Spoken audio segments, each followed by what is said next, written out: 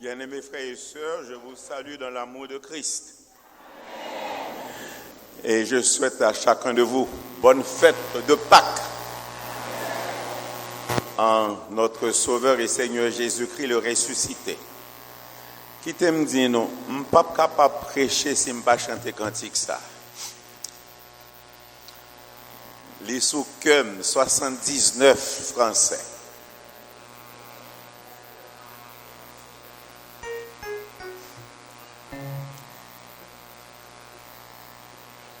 Si je ne pas chanter, je ne suis pas capable de prêcher.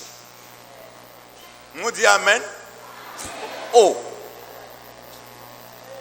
79 français. Dieu lui-même au mystère, descendant sur la terre, a voulu se vêtir de notre infirmité. Pas capable. Dieu lui-même au mystère. Merci beaucoup. Notre bien-aimé frère Patrick a lire pour nous la première épître de Paul aux Corinthiens, chapitre 5, versets 6 à 8. Je vous relis seulement le verset 7. Faites disparaître le vieux levain, afin que vous soyez une pâte nouvelle, puisque vous êtes sans levain, car Christ, notre Pâque, a été immolé. Christ, notre Pâque, a été immolé. Nous rendons grâce et gloire à Dieu de l'heureuse occasion et qu'il nous accorde en ce dimanche 27 mars 2016 pour célébrer la vie. Pour célébrer la vie, pour célébrer la résurrection de notre Sauveur et Seigneur Jésus-Christ. Et en cette heureuse occasion, bien-aimés frères et sœurs, nous avons choisi comme sujet de notre message Christ, notre Pâque, a été immolé. Christ, notre Pâque, a été immolé. La grande question que l'on doit se poser, qu'est-ce que cela veut bien dire? Christ, notre Pâque, a été immolé. Pour saisir ce que cela veut bien dire, Christ, notre Pâque, a été immolé, il faut nous référer à l'Ancien Testament, où la première Pâque fut instituée, fut célébrée. Il est rapporté en Exode chapitre 12 que Dieu, l'Éternel Dieu, ordonna à Moïse d'instituer la Pâque pour marquer le souvenir de la sortie des enfants d'Israël du pays d'Égypte par la puissante main de Dieu.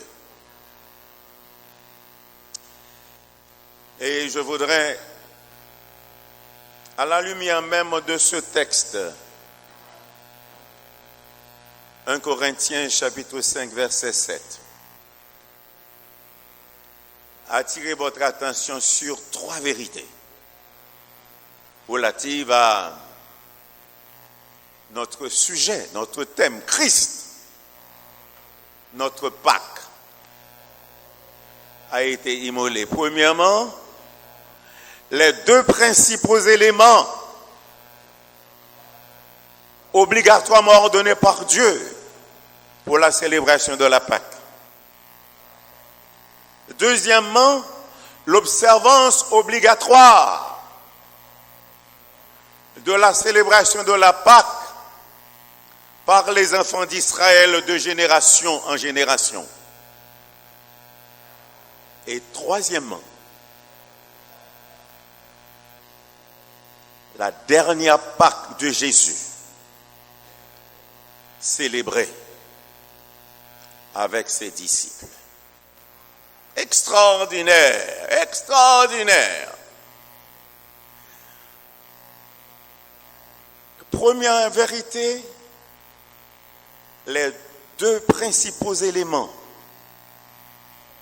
obligatoirement ordonnés par Dieu pour célébrer la Pâque, appelée aussi la fête des pains sans levain. Deux principaux éléments ça, c'était un agneau sans défaut, âgé d'1 an, et des pains sans levain.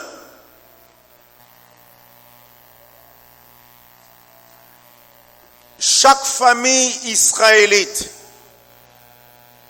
doit immoler son agneau. Et le sang de cet agneau doit asperger sur le linteau de leur porte. Parce que sang doit servir de protection. Lorsque l'ange de destruction a passé pour détruire le pays d'Égypte, et puisque le sang sur linteau maison israélite, il a passé outre, et Israël a protégé. Et nous joignons que tu dois manger la chair de cet agneau cuit, bien rôti, avec des pains sans levain et des herbes amères. Et non seulement cela, tu dois manger Pâques à la hâte.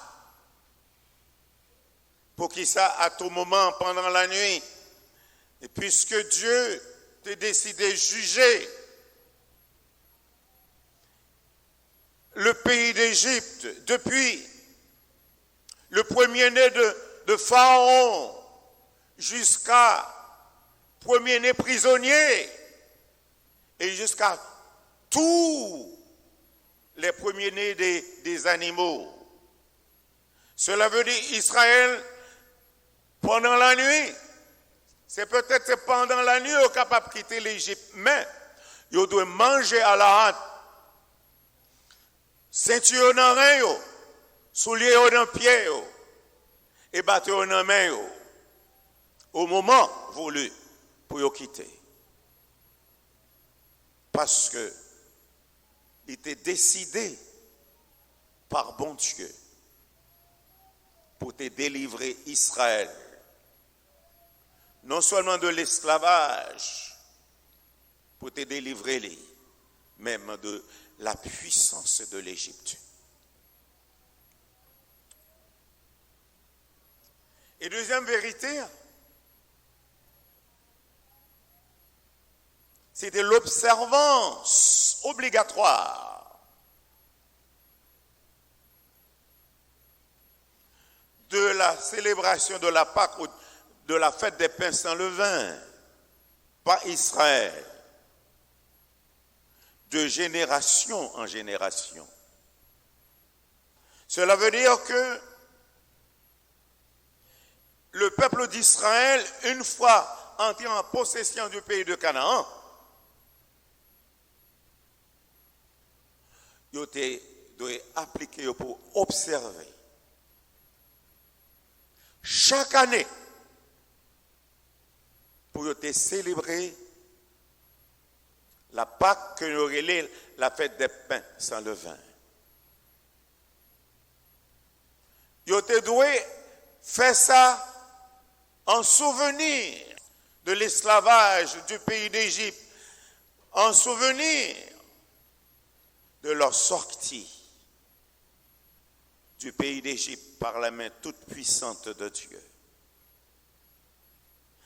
Et le texte là dit que même leur petit yo t'a posé une question sur cette fête.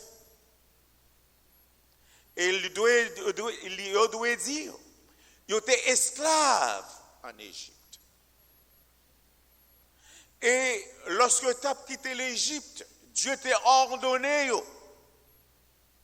pour célébrer cette fête, en souvenir de leur délivrance de l'esclavage, en souvenir de leur sortie de ce pays.